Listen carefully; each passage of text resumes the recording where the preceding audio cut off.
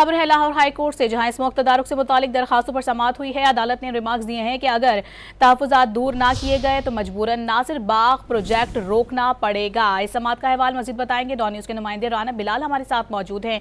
जी बिलाल। जी देखिए, Lahore high court ने नासिर बाग में पार्किंग प्लाजा के प्रोजेक्ट में DG/LDA को माहर तामीरात और मेंबरान जुडिशल कमीशन से मीटिंग करने की हिदायत दी है। लाहौर हाई कोर्ट के जस्टिस शाहिद करीम ने समूह के तदारुक के हवाले से दायर दरखास्तों पर समाअत की है और अदालत ने दौरान समाअत ये रिमार्क दिए हैं कि अगर जो है वो इस प्रोजेक्ट से मुतमिन ना हुए तो प्रोजेक्ट रोक देंगे। अदालत ने दरख्तों और हरियाली को जो है वो बहाल करने के अहकामात जारी कर दिए हैं। दौरान समाअत मेंबर जुडिशल कमीशन ने बताया कि महकमा माहौलियात ने अपने रूल्स में तरमीम की है, जिसके तहत नासिर बाग समेत कुछ प्रोजेक्ट पर NOC की जरूरत नहीं है। दौरान समाअत अदालत ने यह भी रिमार्क दी है कि नासिर बाग समेत कई तारीखी मकामात की अहमियत है।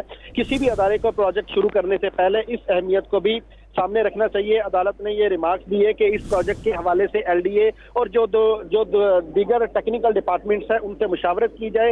अदालत ने जो लाहौर के तमाम पार्क हैं उनको असल हालत में बहाल करने का हुक्म दे दिया है और आइंदा समाअत पर जो मुतलका डिपार्टमेंट्स हैं इन सब से जो है वो अमल दरामद रिपोर्ट तलब करते हुए कार्रवाई 1 हफ्ते के लिए मुलतवी कर दी है। जी बहुत शुक्रिया बिलाल आपका।